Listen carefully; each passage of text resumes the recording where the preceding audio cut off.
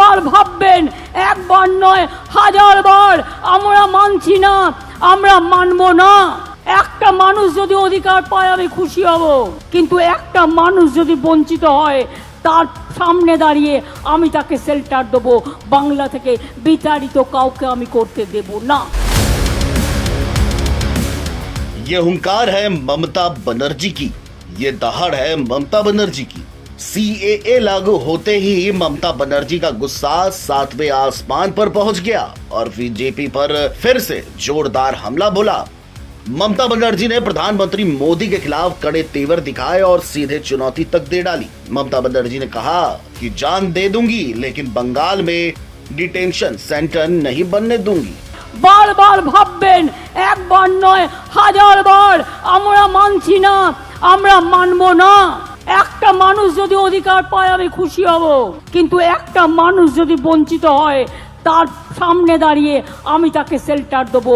বাংলা থেকে বিতাড়িত কাউকে আমি করতে দেব না। तो साफ तौर पर ममता बनर्जी ने चेतावनी दे दी है कि बंगाल में किसी भी सूरत पर डिटेंशन सेंटर नहीं बनने दिया जाएगा। ममता बनर्जी ने सीएए को लेकर कहा कि इसको हटाओ। हावड़ा में तृणमूल कांग्रेस की मीटिंग के दौरान ममता बनर्जी ने बीजेपी पर कई गंभीर आरोप भी लगाए। ममता बनर्जी ने कहा कि मैंने बीजेपी जैसी बेकार पार्टी कभी नहीं देखी, वो महिलाओं के खिलाफ है। उन्होंने कहा कि असली हिंदू का मतलब ये नहीं होता कि बाहरी लोगों को हिंदू बनाया जाए। ममता बनर्जी ने यह भी कहा कि मुझे संदेह है कि इनकी ओर से लाया कानून वैध भी है या नहीं। ममता बनर्जी ने यह भी आगे कहा कि 2019 में असम में एनआरसी के नाम पर 19 लाख में से 13 लाख बंगाली हिंदू को लिस्ट से हटा दिया गया था। कई लोगों ने जान दे दी थी।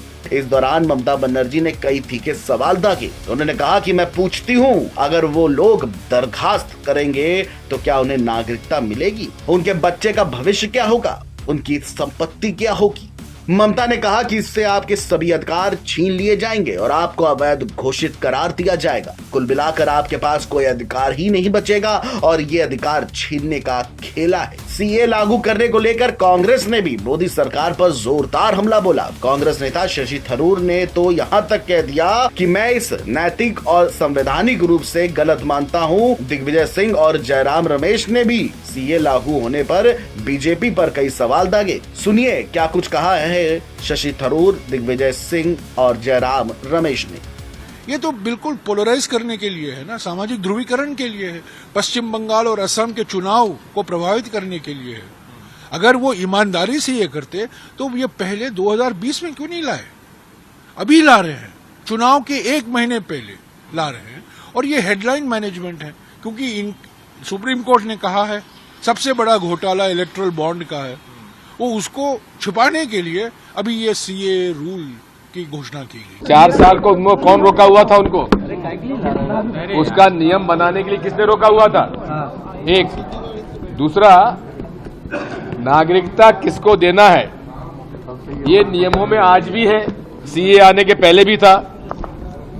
तो उसको जिसको नागरिकता देनी थी उसको दी क्यों नहीं? अधिकार तो ये सरकार का था, हमारी सरकार में हमने दिए। केवल इसको हिंदू मुसलमान करने की नीयत से किया गया है और संवैधानिक रूप से ये गलत है और इसकी अपील चली हुई है parliament. And I can tell you, I consider this morally and constitutionally wrong, because the basis on which partition occurred was one country saying that religion is the basis of their nationhood, and they went off and created Pakistan. And Mahatma Gandhi onwards, all our other leaders, Jawaharlal Nehru, Maulana Azad, Dr. Ambedkar said, no, religion will not be the basis of our nationhood. Our nationhood is about, our struggle for freedom was for everyone, and the constitution and the nation we create will be for everyone. तो इस तरह से CA लागू होते ही पूरा विपक्ष मोदी सरकार पर हमलावर हो गया। बीजेपी भी इसको लेकर पलटवार के मूड में है और आने वाले लोकसभा चुनाव 2024 में इसको लेकर जुबानी जंग और भी ज्यादा तेज हो सकती है। Video desk, NBT online.